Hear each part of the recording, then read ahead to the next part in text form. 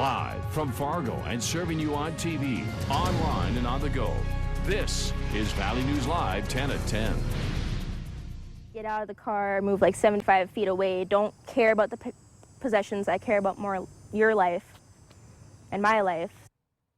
A rough start to a freshman year in college after her car and everything in it goes up in flames. Good evening, everyone. Thanks for joining us tonight. An 18-year-old was driving on Interstate 29 in Fargo today when her car caught fire. Thankfully, she and her passenger escaped without getting hurt. But the car and some very important belongings were destroyed. Valley News Team's crime and safety reporter Nicole Johnson shows us a young girl starting college in a week without some key things. All of a sudden, just plumes of white smoke come out of the tailpipe. Looking in her rear view mirror, driver of this car, Megan Dahl, knew something was wrong. Okay, that's enough. I pulled over the side of the road and got out because I'm like, I don't want it to explode with me in it. Thick black smoke and flames destroyed the car. Thankfully, Dahl and her passenger got out in time. Passenger door was open so I could see it approaching into the cabin, and I'm like, of course I'm thinking, oh my gosh, my books, my backpack. But I just was like, I'm not going in there and risking my life.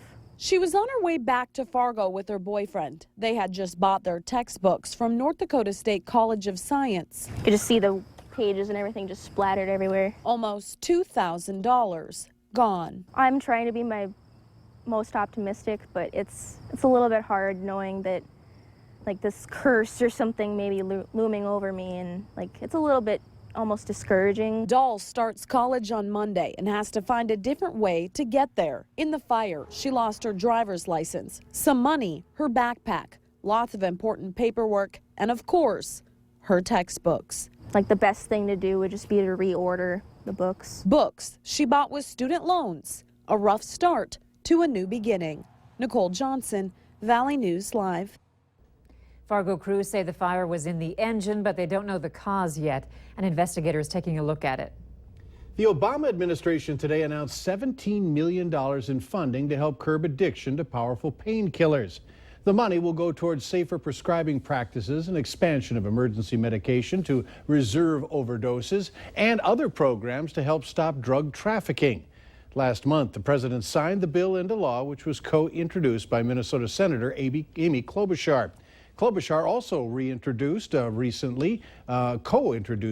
Budgeting for Opioid Addiction Treatment Act, which would create a permanent funding stream for substance abuse treatment. Meanwhile, the West Fargo School District continues to monitor the drug problem in schools.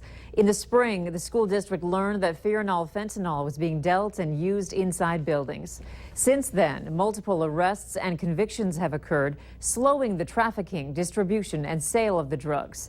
School officials say parents should be aware dangerous drugs are still available from the dark web. And West Fargo schools will be holding assemblies within the first month of school. The district is encouraging students to talk with the school resource officer or text a tip if something at the school is worrying them.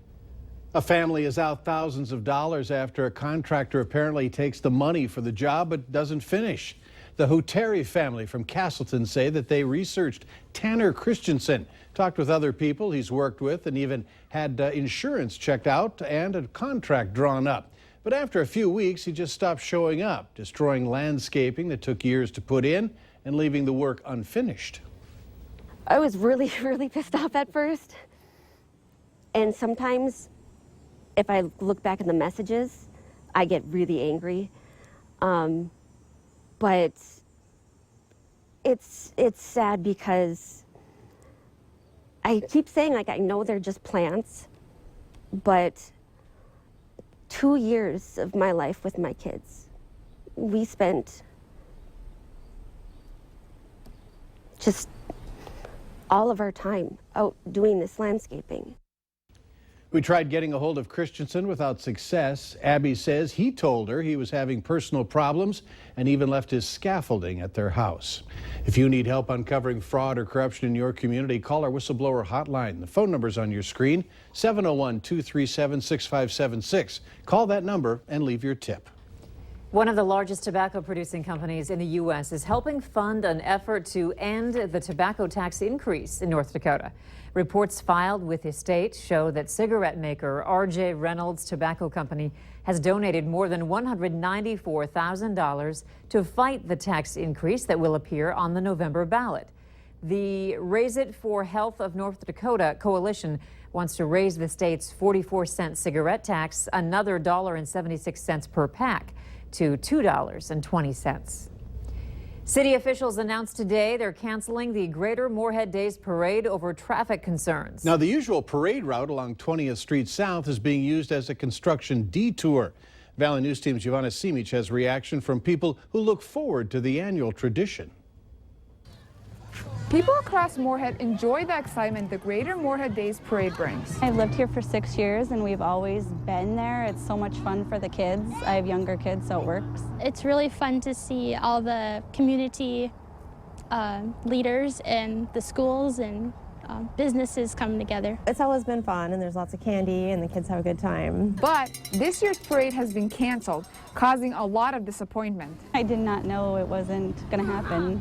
We were just talking about going. Well, I was disappointed because it's one of the things that you can count on in Moorhead. Christine Hamry works for the local chapter of Ainsley's Angels, an organization that builds awareness about people with disabilities. The group was supposed to march in the event, but this year's road construction has rained on their parade. We were really excited to be marching in the parade. We were going to have, you know, we wore pink and black, so we were going to have all our pink and black on and have pom-poms in our running strollers and some of our athlete riders in it. However, people say they are eagerly waiting for next year's event. We're looking forward to doing it next year and having it back. Hopefully there won't be quite as much construction next year. In Moorhead, Giovanna Simic, Valley News Live. Moorhead City officials say all other events for the Great Moorhead Days will go on as planned. For more information about these events, go to our website at valleynewslive.com and click on this story. A Thief River Falls man living with terminal cancer is raising money for the Roger Maris Cancer Center. We first told you about Jeff Birkland back in May, and he is now selling T-shirts to raise money for the center. The shirts cost $25 each. They feature Birkland riding his bike on the front and read Jeff's Race Against Cancer on the back. For more information on how to get a shirt, head to the website, valleynewslive.com, and click on this story. The Lutheran Church of Good Shepherd in Moorhead held its 4th annual 5K fun run. The community gathered tonight for an outdoor worship with live music by the Good Shepherd Worship Band, a bouncy house, games, and runs. The 5K run helped bring families together in support of Pathways Bible Camp Ministries and Churches United for the Homeless. We also have a 1 mile kids run, and so sometimes parents and kids do that together. And we wanted to just enjoy August. It's a beautiful time of year. And so we thought, why not do something healthy, do something outdoors, and then also have it be a way to support our partner ministries. After the fun runs were finished, participants enjoyed more live music and a bonfire.